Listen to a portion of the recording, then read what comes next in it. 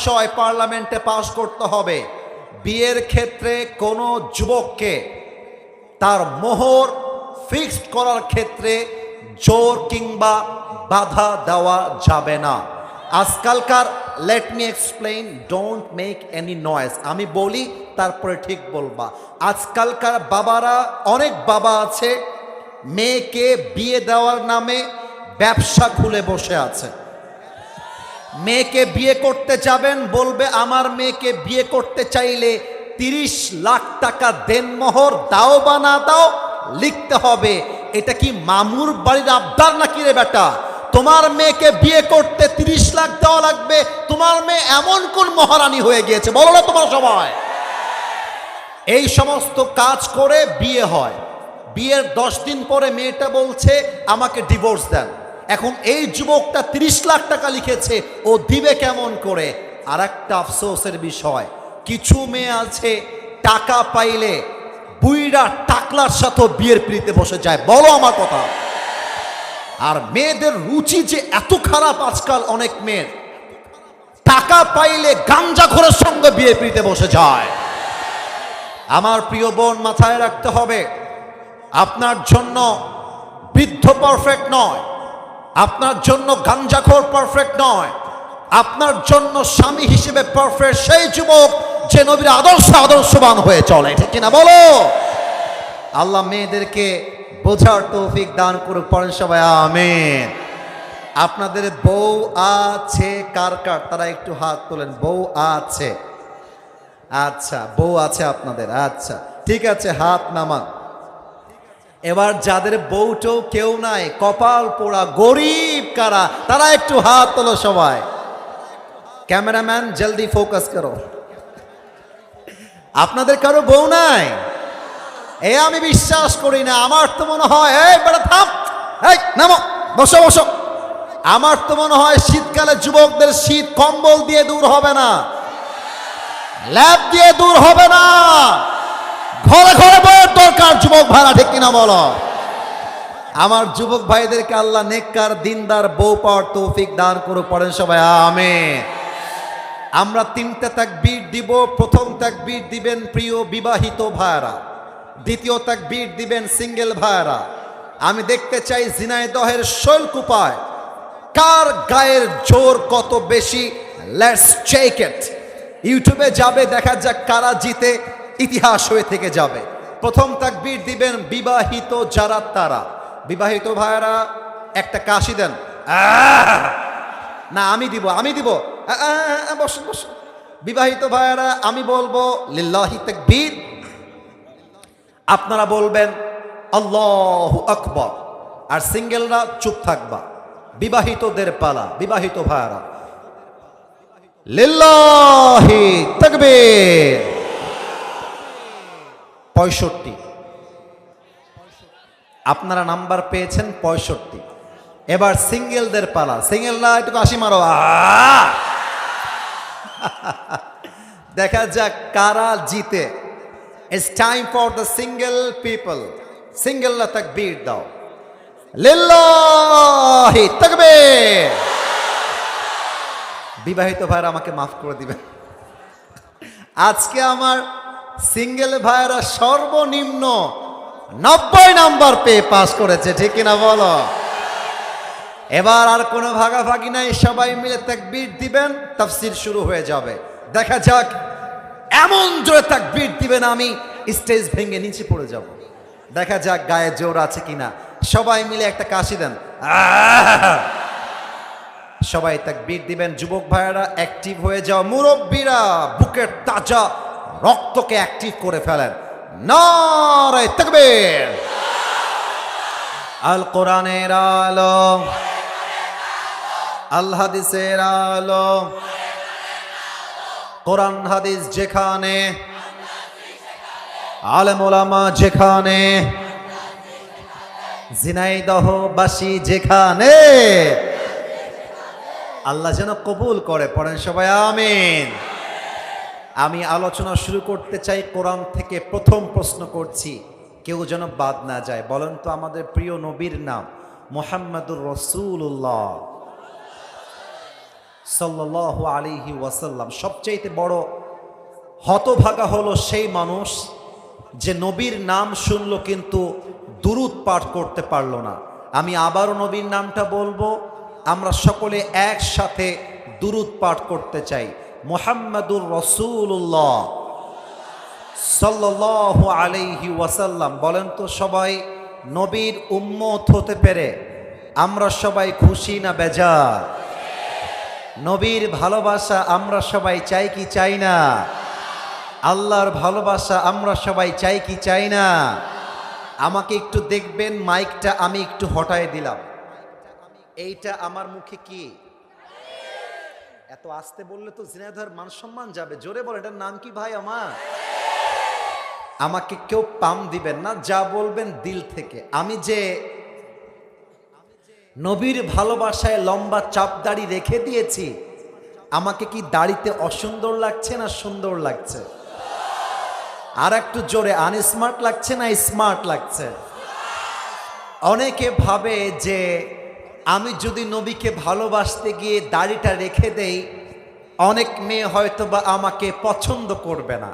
মাথায় রাখবা, যেই মেয়েদের দাড়িওয়ালা পছন্দ নয় তাদের জন্য বিটিএস এর হিজড়া ছাড়া সেকেন্ড কোনো অপশন আমাদের কাছে নেই।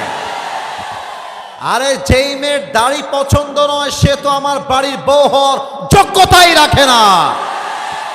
বলেন তো, আমার নবীর মুখে লম্বা লম্বা চাপ দাড়ি ছিল কি ছিল না? আমার নবীর মতো সুন্দর কি এই তল্লাটে দ্বিতীয় আর কেউ হতে পারে? চাঁদের চেয়ে সুন্দর তুমি, নবী আমার কমলিহিওয়ালা, দো জাহানের বাদশাহ তুমি, প্যারা নবী সাল্লে আলা। দো জাহানের বাদশাহ তুমি, প্যারা নবী সাল্লে আলা। চাঁদের চেয়ে সুন্দর তুমি, নবী আমার কমলিহিওয়ালা। সুবহানাল্লাহ পড়বেন না আপনারা সবাই? আমরা সেই নবীর জীবন আদর্শ থেকে আজ 3টা শিক্ষা নিয়ে কথা বলতে চাই। দেখা যাক ঝিনাইদহবাসী। এই ছেলে, এই ডান পাশে, কই যাও তোমরা? বসো, সিট ডাউন দেয়ার রাইট নাও। বসো। না না, মোবাইল হবে না, বসে পড়ো ওখানে, বসো ওখানে বসো। এই কলিজার ভাইরা, আমি আবারও বলছি, আমি আসিফ হুজুর যদি দেখি মাহফিলের মাঝে আমাকে শোনা বাদ দিয়ে আপনার মোবাইল ফোনটা ইম্পর্টেন্ট হচ্ছে, আমার ব্যবহার কিন্তু চরম খারাপ হয়ে যাবে। আমি আবারও বলছি, আমাকে দেখা it's not a big deal, it's not the main subject. আমার কথা শোনা, বোঝা, মানা এবং জীবনে অ্যাপ্লাই করা, এর চাইতে দামি কোনো উদ্দেশ্য এই মাহফিলে সেকেন্ড কিছু হতে পারে না। ঠিক কিনা বলে? আমি আবারও বলছি, কেউ যেন মোবাইল ফোন নিয়ে ব্যস্ত না হয়ে যায়। যার জায়গায় যে আছেন, কিপ কোয়াইট, কিপ সাইলেন্ট। আপনাদের পায়ে আমার হাত। আমি যেন আবার ঝিনাইদহে আসতে পারি, এই পরিবেশ আমাকে দিবেন। তাকবীর দেন, লিল্লাহি তাকবীর। নবীর জীবনের 3টা শিক্ষাই হচ্ছে আজকের মাহফিলের মূল আলোচনার সাবজেক্ট বা সেন্ট্রাল থিম, আলোচ্য বিষয়। প্রথম শিক্ষা, নবীর জীবনের অনেক শিক্ষার মাঝে আজকে আমরা প্রথম শিক্ষা জানবো এমনভাবে। নবীর জীবনের শিক্ষা হচ্ছে, যদি তুমি তোমার জীবনে সুখী হতে চাও, হ্যাপি হতে চাও, মুচকি হাসি রাখতে চাও তোমার মুখে, মাথায় রাখতে হবে প্রতিশোধ নয়, সবাইকে তোমার কলিজার থেকে মাফ করে দিতে হবে। কথা ঠিক আছে কিনা বলেন?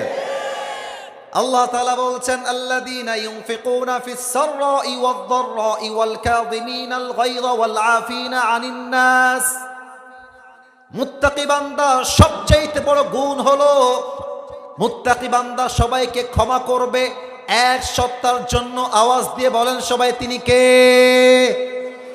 আচ্ছা, এখানে 2টা বাঁশ আছে, একটু খেয়াল করবেন। স্টেজের এদিকে না, এখানে বলছি। এই যে ডান পাশে একটা, এই লাইটে বাম পাশে একটা, এই 2টার কথা বলছি। আমি কেন বাঁশটা দেখালাম, একটা হাদিসের ঘটনা বলবো, প্রেক্ষাপটটাকে প্র্যাকটিক্যালি বোঝাতে চাই। নবীজি একটা গাছের নিচে শুয়ে আছেন। কথা কে বলে? স্টেজে কথা বলবেন না প্রিয় ভাইয়েরা। আমি আবারও বলছি, কথা চাই না, সাউন্ড হবে না, পিন পতন, নীরবতা চাই। গাছের নিচে আমার প্রিয় নবীজি শুয়ে আছেন, আর নবীজি তরবারিটা নবীর পেটের সামনে রাখা আছে। এক বেদুইন কাফের নবীর কাছে এসে তার তরবারিটা এমন করে তুলে নিয়েছে আর চিৎকার দিয়ে বলছে, ইয়া মুহাম্মদ, তোকে আমার হাত থেকে কে বাঁচাবে? নবীজি ঘুম থেকে উঠেছেন, চোখটা খুলেছেন।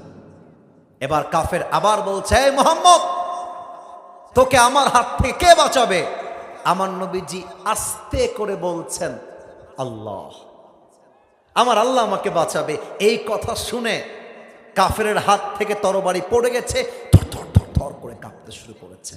আর তরবারিটা পড়ার সাথে সাথে আমার নবীজি তরবারি তুলে নিয়েছেন আর বলছেন, এই বেটা, এবার বল, তোকে কে বাঁচাবে?